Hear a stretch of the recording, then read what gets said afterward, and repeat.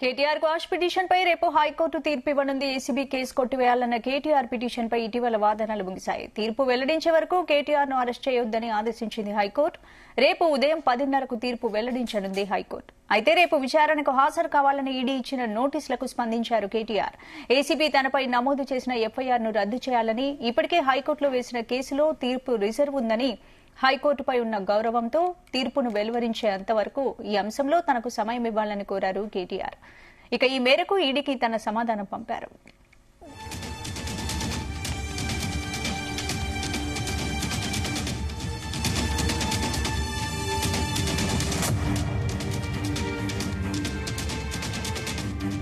ఈ అంశానికి సంబంధించి పూర్తి అప్డేట్స్ మా క్రైమ్ బ్యూరో చీఫ్ రవితేజ అందిస్తారు. రవితేజ, రేపు ఎన్ఫోర్స్మెంట్ డైరెక్టరేట్ కార్యాలయం ముందు మాజీ మంత్రి కేటీఆర్ హాజరవ్వాల్సి ఉంది. తాను ఇప్పటికే ఈడీ అధికారులకు లిఖితపూర్వమైనటువంటి ఒక లేఖ రాసి రేపు ఈడీ కార్యాలయానికి హాజరవ్వట్లేదు, తనకు కొంత గడువు ఇవ్వాలంటూ కూడా తను ఈ లేఖ ఈడీ అధికారులకు ఫార్వర్డ్ చేసినట్టుగా తెలుస్తోంది. ఇప్పటికీ దీనిపై ఈడీ అధికారులు ఎలాంటి నిర్ణయం అయితే తీసుకోలేదు. రేపు ఈ ఈడీ కార్యాలయానికి హాజరవ్వాల్సినటువంటి కేటీఆర్ రాను అంటూ కూడా సమాచారం ఇచ్చారు కాబట్టి ఎలాంటి నిర్ణయం తీసుకుంటారు అనేది చూడాలి. మరోపక్క హైకోర్టులో కేటీఆర్ వేసినటువంటి పిటిషన్ పైన ఇప్పటికే తీర్పు రిజర్వ్ చేస్తూ రేపు 7వ తేదీన ఈ కేసు వాయిదా వేయడం జరిగింది కాబట్టి ఉదయం 10:30 ప్రాంతాల్లో కేటీఆర్ వేసినటువంటి ఈ పిటిషన్ తీర్పుకు సంబంధించి రేపు కోర్టు కీలకమైనటువంటి ఆదేశాలు జారీ చేసేటువంటి అవకాశం ఉంది. 10:30కు కోర్టు ఏ రకమైనటువంటి నిర్ణయాన్ని వ్యక్తం చేయబోతోంది అనే దానిపై కూడా ఫర్దర్ గా కేటీఆర్ ప్రొసీడ్ అయ్యేటువంటి అవకాశం ఉంటుంది. ఒకవేళ కోర్టు రిజర్వ్ చేసినటువంటి తీర్పు విషయంలో కేటీఆర్ ని విచారణ చేపట్టాలి తప్ప అరెస్ట్ చేయకూడదు అంటూ మాత్రం ఆదేశాలు ఇవ్వచ్చు.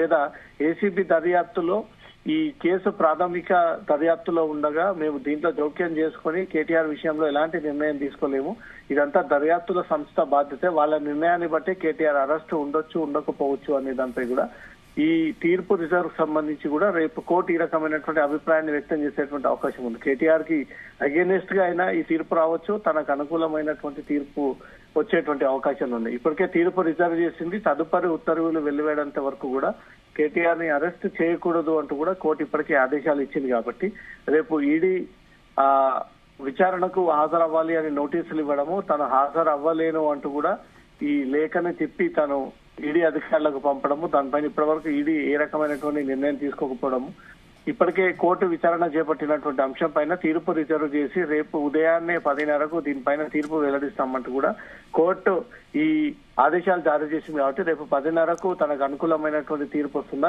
ఏంటి రవితేజ? ఇప్పుడు ఏసీబీ కేసు కొట్టివేయాలని కేటీఆర్ పిటిషన్ పై ఇటీవల వాదనలు అయితే ముగిశాయి. మరి రేపటి వరకు అయితే తీర్పు 10:30 వరకు వెల్లడించే అవకాశాలు ఉంది కోర్టు కాబట్టి ఏ విధంగా కేటీఆర్ కి అనుకూలంగా తీర్పు వచ్చే అవకాశం ఉందా? ఏ విధంగా ఉంది సిచ్యువేషన్?